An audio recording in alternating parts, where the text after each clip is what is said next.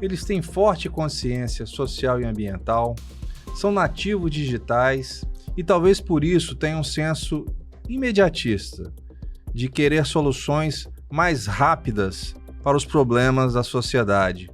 Estamos falando da geração Z, aquelas pessoas que nasceram entre 1990 e 2010, embora essas margens possam variar um pouco. A geração Z está protestando no Peru, em Madagascar, no Nepal. Tomás Tomasi, nos ajude a entender esse movimento geracional que tem pressa e quer respostas. Luciano, fica claro que nós estamos vivendo um momento global de transição geracional. Isso é no Brasil, isso é no mundo.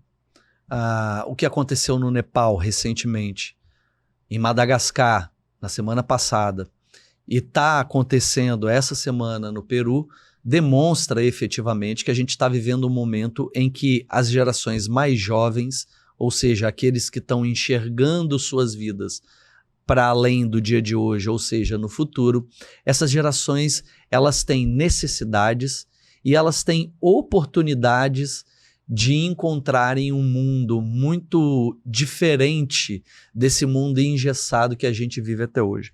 Em especial no Nepal, o que ocorre foi pressão dos mais jovens, ou seja, aqueles que estão chegando no mercado do trabalho, pela falta de oportunidade que eles têm, somado ao fato de que eles enxergavam um governo muito corrupto e com um toquezinho especial de perceber que existia no Nepal, ou existe ainda, uma elite que são os filhos desses que governam.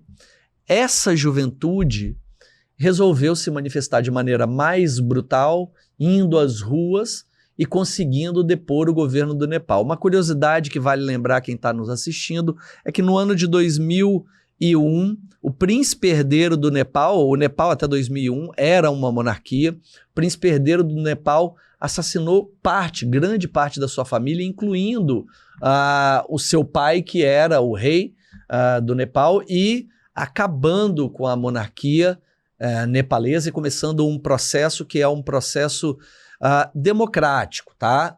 Mas no Nepal também tem uma outra característica. De maneira geral, o Nepal, depois da monarquia, constituiu vários governos de esquerda, governos comunistas. Vale dizer, com um pequeno detalhe, que não dá para dizer que tudo está na mesma cesta, porque a esquerda no Nepal tem vários partidos políticos que divergem entre si, que têm origens completamente diferentes.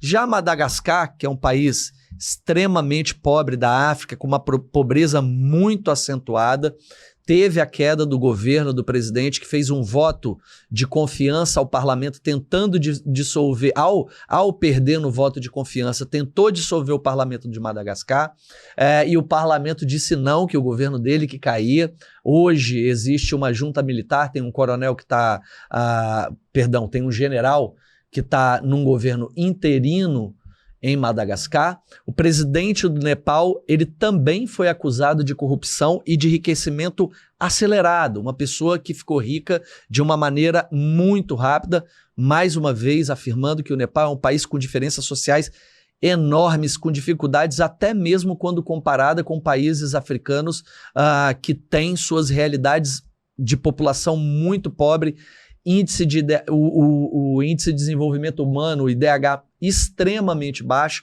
Então, Madagascar sofre muito na mão da corrupção e busca por um futuro diferente. E a população, a geração Z, se cansou disso e fez pressão e conseguiu derrubar o governo. O presidente que foi deposto fugiu de Madagascar e há um ano atrás ele tinha adquirido cidadania francesa, algo que já tinha despertado um olhar por parte da população, sobretudo porque Madagascar já foi colônia da França. Então isso tudo fez com que as pessoas fossem acentuando a sua revolta. Ele fugiu. Eu até hoje de manhã pesquisei em algumas fontes, não encontrei o paradeiro ninguém dizendo onde possa estar o ex-presidente de Madagascar, mas efetivamente ele pode ter ido ou para a França ou para algum lugar que seja um Protetorado francês, palavra difícil de se dizer. Já no Peru, Luciano, hoje é quinta-feira, podcast sempre é atemporal, a gente está gravando hoje, as pessoas vão assistir, escutar na semana que vem, ele fica dentro do Tribuna, do YouTube, do canal do YouTube da Tribuna, na nossa abinha de opinião internacional, está sempre ali para as pessoas poderem assistir e consumir esse conteúdo. Mas hoje, especificamente, que é dia 16 de outubro, a gente encontrou manifestações no Peru, muito na esteira da queda da presidente do Peru, Dina Boluarte, que caiu recentemente. O Peru, nos últimos anos, teve a queda de 6 presidentes. Então, também é um país que vem sendo pressionado pela população, sobretudo pelos mais jovens, a encontrar um caminho onde a classe política pode entender efetivamente que ela tem que trabalhar para as pessoas. O voto que derrubou, a votação que derrubou a presidente Dina no parlamento do Peru, foi um voto que contou contra o seu posicionamento moral e ético. É esse o voto que foi feito, assim como o antecessor dela também foi deposto por conta disso. Ou seja, corrupção pura e simples, e que fez ela se afastar do poder. Tomás, uma pergunta para encerrar. Eu vi estudos recentes que a inteligência artificial só nos Estados Unidos ela pode ocasionar, vamos colocar dessa seguinte forma, ela tem potencial de tomar o emprego de até 30%, 40% dos profissionais ocupados naquele país. Até que ponto esses conflitos que vão surgindo a partir da implantação da inteligência artificial, a disputa por empregos com as máquinas, vamos colocar assim, e esse ambiente explosivo da geração Z, o que isso tudo pode resultar? Não há dúvida, Luciano, que todas essas pressões elas estão bem ligadas ao fato da gente ter um desenvolvimento tecnológico muito avançado nesses nossos idos de 2025, né? A gente está percebendo um mundo cada vez mais conectado. Algumas pessoas e alguns políticos, alguns partidos políticos tentam encontrar barreiras para poder voltar a um estágio anterior do que a gente estava, mas sobretudo aqueles políticos mais nacionalistas, mas a gente não tem como fugir da realidade, que é um mundo totalmente conectado. O que acontece em Tóquio agora, nesse dado momento, a gente consegue ter em tempo real a informação como se nós estivéssemos em Tóquio ou nas suas redondezas, né? Então, tudo isso não vai ter como a gente voltar para trás. Bem da verdade, a gente vai andar para frente. A inteligência artificial, que está ainda em fase de desenvolvimento, vale dizer que a inteligência artificial é um nome para além do que ela é de verdade. Hoje, o que nós temos de tecnologia são agregadores de informações que, a partir de uma pergunta que você faz, monta uma resposta, ou seja, a produção não é artificial. A produção é humana, mas que vai trabalhando o movimento das palavras e criando, por exemplo, algum tipo de informação organizada e compilada por um sistema, que já é algo avançadíssimo. Mas, efetivamente, algumas posições podem estar arriscadas no futuro por conta de alto atendimento. Eu sempre creio que a própria humanidade ela vai fazer essa regulação.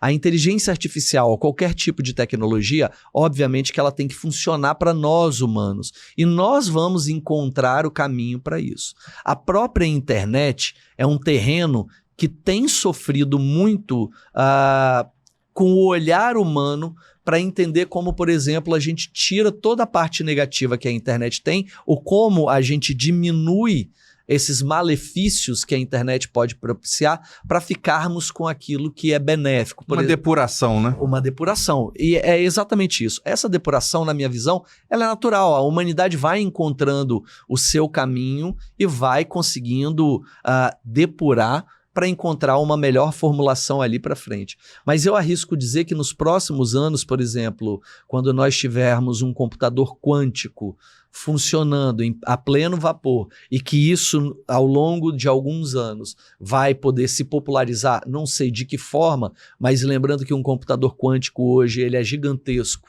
né? O que se tem de protótipo, tá? É gigantesco, mas que no futuro isso pode ser diminuído, como aconteceu com o celular, com o computador pessoal que nós usamos. Eu, particularmente, trabalho todos os dias com notebook.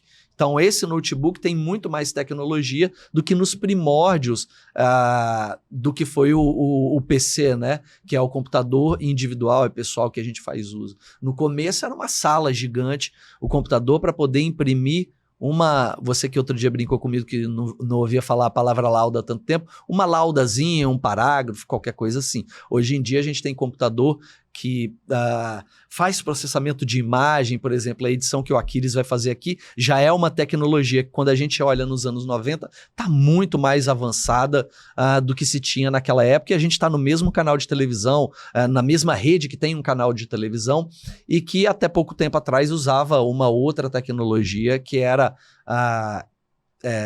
muito menor do que, por exemplo, o Aquiles opera aqui em um único computador. Muito bem. Aquiles é Aquiles Brum, nosso produtor, nosso editor de imagens. E esse foi mais uma Opinião Internacional com Tomás Tomasi. Obrigado pela sua audiência.